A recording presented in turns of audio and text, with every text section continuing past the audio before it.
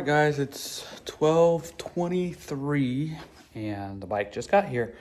I got about an hour before I have to leave to go get Sam from school. So I think that what I'll do is I'll give you a walk around the box and take it out and maybe get started on the assembly, but I may or may not be able to get it all kind of done right here, right now. I only have about an hour before I have to leave.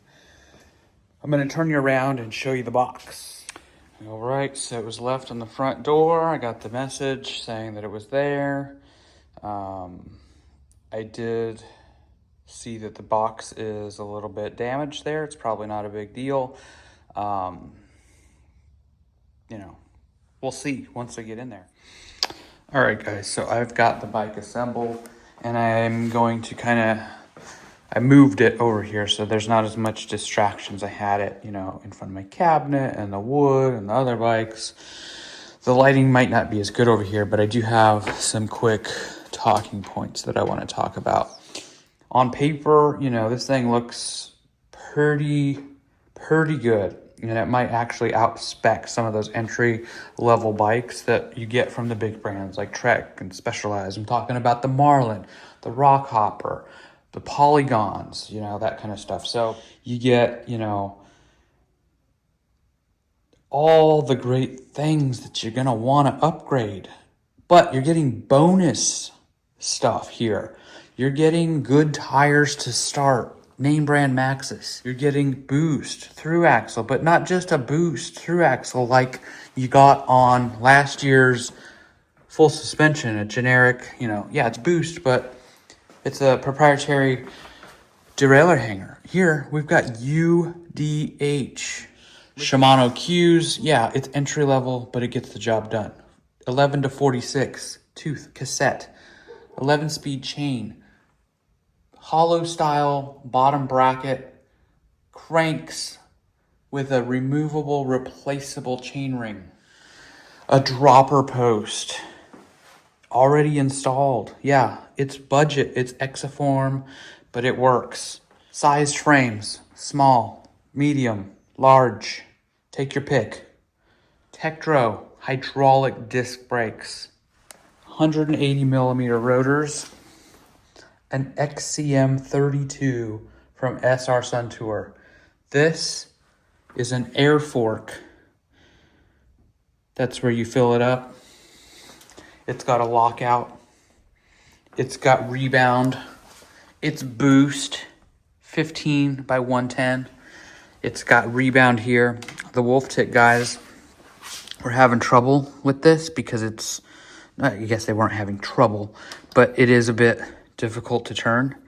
There's not clicks, but there kind of is clicks. They're subtle, they're real faint. And this is like a RockShox. This is an Allen key. It has a little O-ring on there that kind of keeps it in there, friction. It just kind of sits in there. There's internal cable routing with the option to go external, which I hate this. It takes away from the aesthetic of the bike, in my opinion. But, you're already routed. People are probably going to upgrade these brakes, but for the everyday guy, you're not going to do that. Maybe you will, I don't know. You're somewhat of a high engagement hub, it sounds like. What more can you want for $600? What more could you want? Probably going to change the seat because this is probably not very good. But those are the things that you're going to want to change for your personal preference anyway. So I've already got my loam grips on here. This one has seen better days. It's probably about time for a new set. But there's still good life in them. Chester pedals, those are things that you're going to want for your personal preference.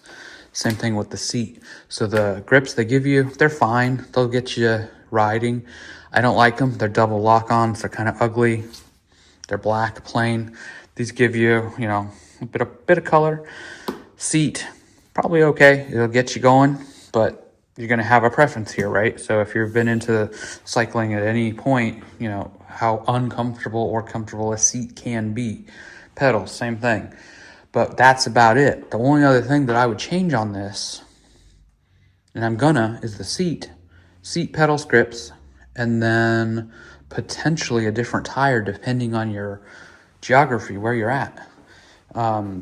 These tires might not work for your local trail system. You might need something more aggressive or less aggressive depending on how you intend to use the bike. Drivetrain could be potentially a point of upgrade in the future, but again, it'll get you going. It'll be just fine for most people.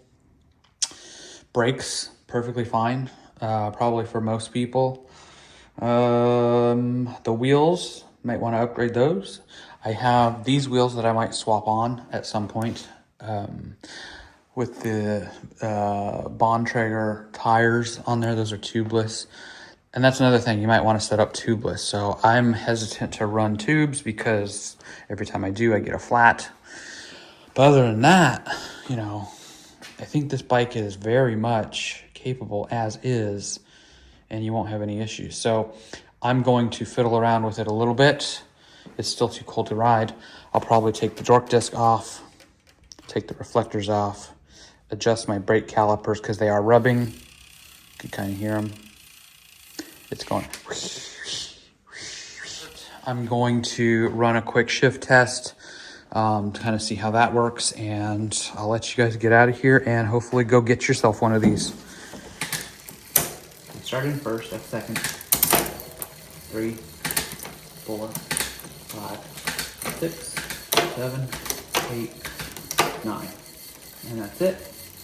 And you can hear that brake rubbing a lot now. Let's hear what the hub sounds like.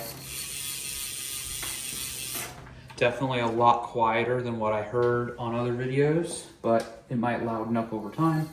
So we'll go back up and we'll climb back up the cassette or drop down the cassette. So we're on 9, 8, 7, 6, 5, 4, 3.5, 4. No, it doesn't want to go back up. I'm sorry, I'm going the wrong way with my count. So now we're in 3. Now we're in 2, and that's 1.